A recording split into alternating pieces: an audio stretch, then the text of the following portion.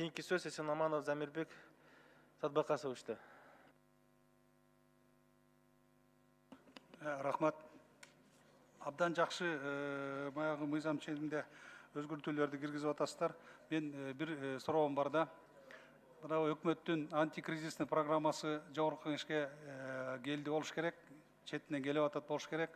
Бул коронавирустун Совет Безопасности президентибиз поручение кылгандан бери январдын аягынан анакей почти 4 ай 5 ай өтүп кетти.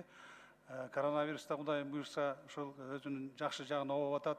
Ага бүт мамлекеттик органдардын эмгектери бүт власть абдан чоң зор эмгеги менен айырмаланып атат.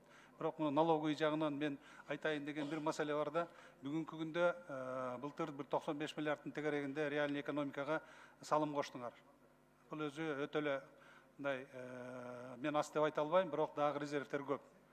Налоговый менен таможня бириккенде 140 тегерегинде болду. Бүгүнкү күндө ар бир мамлекетибизге керек боло турган ошол булактары жакшылап чогултуп атасыңар, бирок бир нерсе бар. Бизнесте бүгүн баягы мойнуна сыйырмак салган штрафный санкция годами келаткан нерселер болуп атат. Ушул жагын бир ойлоштуруп койсоңуздар деген өтүнүч келтирип атам. Себеби основнойду бүгүн төлөй элбей атып, штрафный санкцияга төлөнгөн акчалардын баары ошонун погашениясына кетип атат. Бул налоговый жагынан мен именно налоговый орган деп айткым келбейт. Законодательство ошондой жазылган. Бир значит мурда бир 10 жыл 15 жылда мындай практика бар болчу. Эгерде основнойун төлөсөң 1 сентябрга чейин, октябрга чейин штрафный санкция башкаларынан бошотулат деген.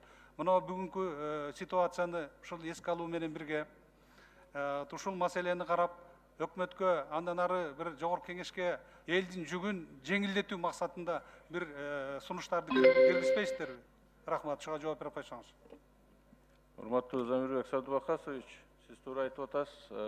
Ушу коронавирустан кийин өкмөт өзүңүздөргө белгилүү 2 антикризистик программа иштеп чыкты. Ал жерде дагы бизнеске жардам берүү көптөгөн мероприятиялар каралган.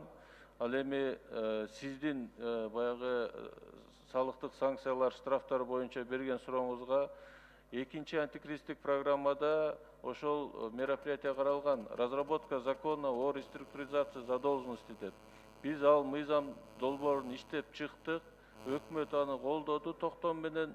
Буквально кечеби же ушул жумада жогорку кеңешке кирди ошол мыйзамчы. Эгерде салыктын основной суммасын төлөсө, анда штрафты санкциялардын жоюу боюнча сиздердин карооңуздарга келди.